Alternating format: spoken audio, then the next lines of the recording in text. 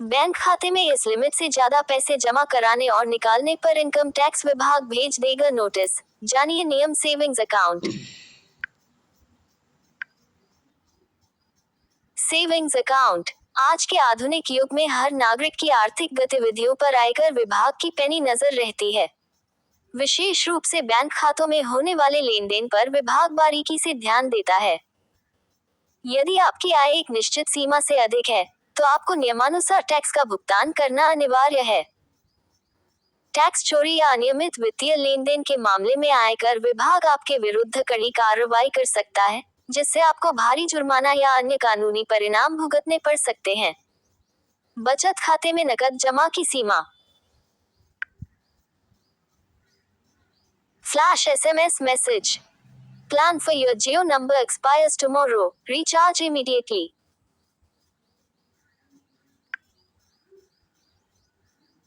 भारतीय Reserve Bank RBI के नियमों के अनुसार एक व्यक्ति अपने बचत खाते में एक वित्तीय वर्ष के दौरान अधिकतम 10 लाख रुपए तक नकद जमा कर सकता है। ये सीमा आयकर विभाग की विशेष निगरानी से मुक्त है, परंतु इस सीमा से अधिक की कोई भी नकद जमा राशि बैंक द्वारा तुरंत आयकर विभाग को सूचित की जाती है। इसका अर्थ यह नहीं है कि अतिरिक्त राशि पर आपको अनिवार्य रूप से टैक्स देना होगा, लेकिन आपको इस अतिरिक्त राशि के स्रोत का स्पष्टीकरण देना अवश्य होगा।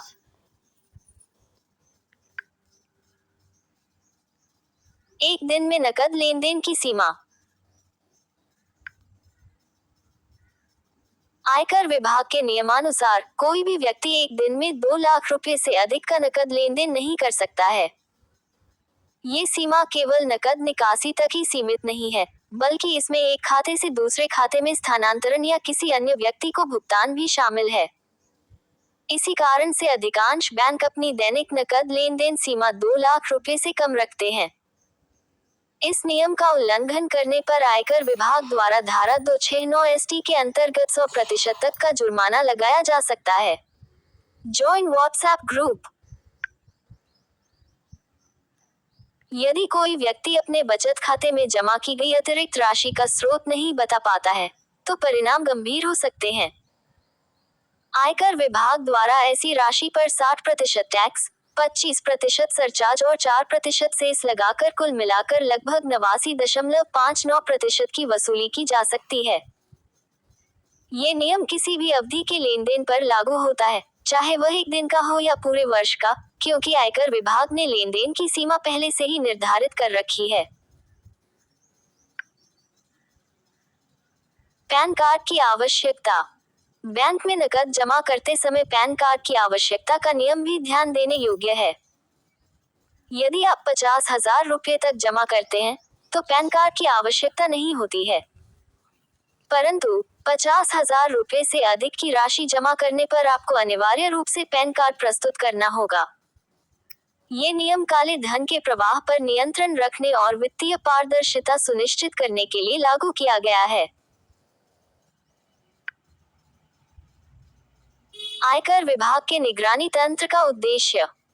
आयकर विभाग द्वारा इन सभी नियमों और निगरानी प्रक्रियाओं का मुख्य उद्देश्य टैक्स चोरी और अवैध वित्तीय गतिविधियों पर रोक लगाना है।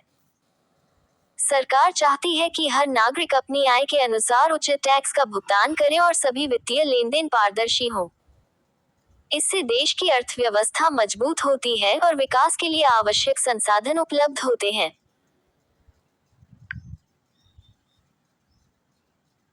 अपने बचत खाते का उपयोग करते समय कुछ सावधानियां बरतना महत्वपूर्ण है।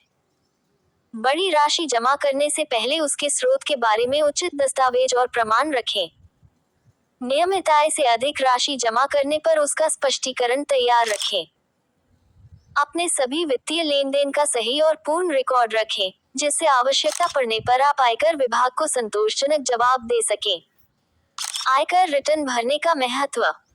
नियमित रूप से और समय पर आयकर रिटर्न भरना हर आयकरदाता का कर्तव्य है। इससे न केवल कानूनी जटिलताओं से बचा जा सकता है, बल्कि यह आपकी वित्तीय स्थिति की पारदर्शिता भी सुनिश्चित करता है।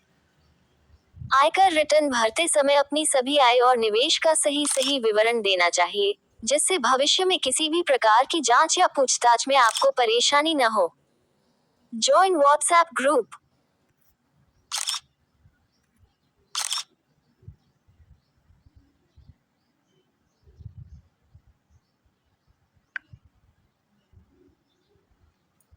डिजिटल लेन देन का महत्व। आज के डिजिटल युग में आयकर विभाग डिजिटल लेन देन को प्रोत्साहित करता है।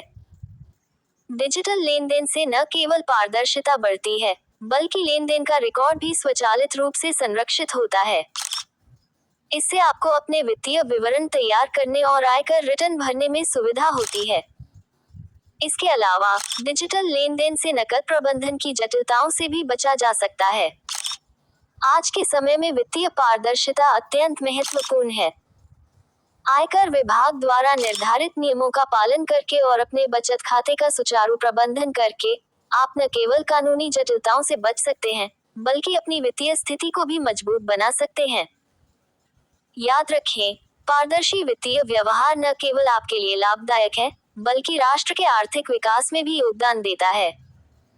जो डिस्क्लेमर, ये लेख केवल सामान्य जानकारी के उद्देश्य से प्रकाशित किया गया है और इसे कानूनी या वित्तीय सलाह के रूप में नहीं लिया जाना चाहिए। सटीक और अद्यतन जानकारी के लिए कृपया आयकर विभाग की आधिकारिक वेबसाइट देखें या किसी पंजीकृत कर सलाहकार से परामर्श करें। लेखक या प्रकाशक इस लेख में दी गई जानकारी के उपयोग से होने वाले किसी भी नुकसान के लिए उत्तरदायी नहीं होंगे।